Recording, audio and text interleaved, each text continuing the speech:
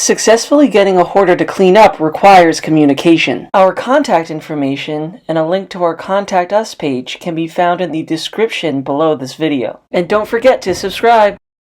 Communicating with hoarders, do's and don'ts. Do's.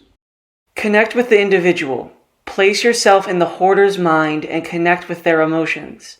They need to know that you will be there for them after the cleanup. Seek professional help.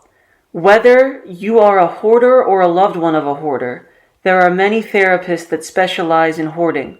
Don't just go to a general therapist. Continue to talk with the hoarder about the situation. Follow up on the matter so that the hoarder is motivated to follow through too. Talk about safety.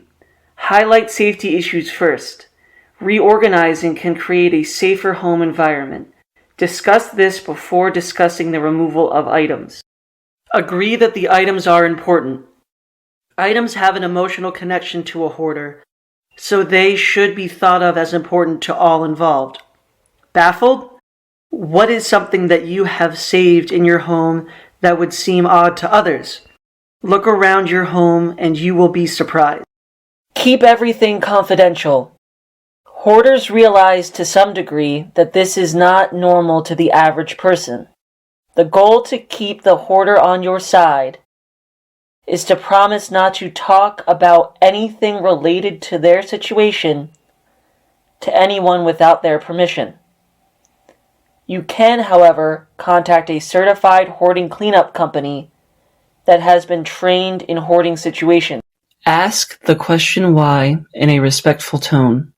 Why are they keeping these items? Many hoarders have had a dramatic experience, such as a death in the family, a loved one leaving them, or an abusive past, which has led to this hoarding situation. Promote donation. Everyone loves to help the needy, so let the hoarder know their stuff will go to better use with someone who needs it, rather than sitting in their house under other items. Be patient. Don't get impatient with them. It has to be taken one step at a time. The hoarder needs to realize first that their living condition is below standard. After this is realized, the hardest part of getting rid of certain items has come. Hire a professional hoarding cleanup and organization service. Hiring a professional service will not only help with the relationship between you and the hoarder, but it will allow someone, if hiring the right company, who knows items of value and can help to organize the house in a way that will help the hoarder cope with their feelings and loss of connection with the items. Don'ts. Make fun of the hoarder's situation. You'd be amazed what comes out of people's mouths. Prepare all who enter a hoarding home that this is a serious mental issue, and that the hoarder is feeling very low and embarrassed when you enter the home. Say, let's get rid of all this stuff. To you, the mountains of hoarded items may be useless stuff, but a hoarder has a sentimental, emotional connection to the stuff. For example, they may have saved a menu from a restaurant that is not still in business today, but the menu may be a reminder of a dinner with their late father. Get angry. If you're a loved one of a hoarder, your first reaction may be to start getting upset.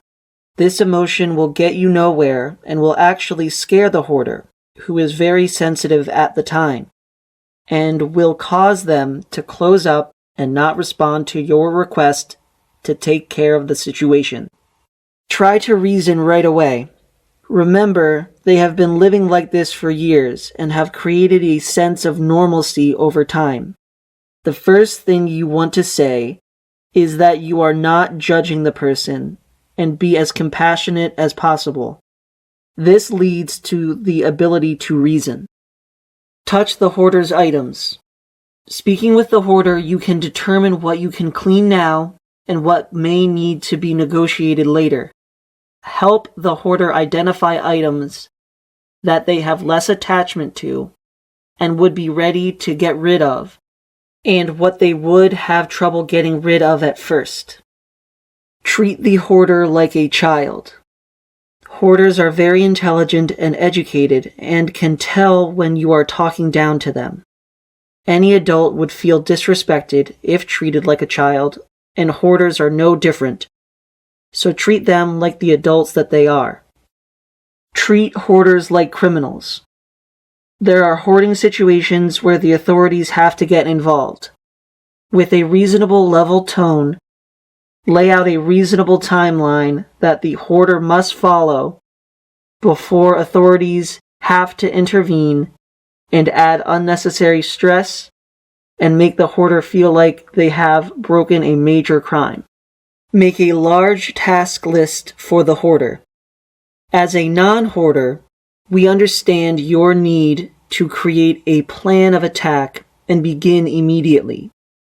Knowing hoarders as we do, we find that separating out the tasks and talking about the tasks individually make the project go smoother. Ask why in a disrespectful tone. It is important to find the answer to this question for the recovery process, but ask the question in a respectful tone and let the answer come in due time if they do not know.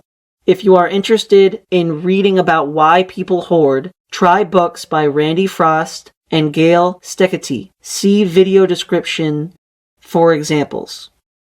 Let this stress you out. Once the house is organized, with mental health treatment, hoarding is usually a result of a traumatic situation in the hoarder's life.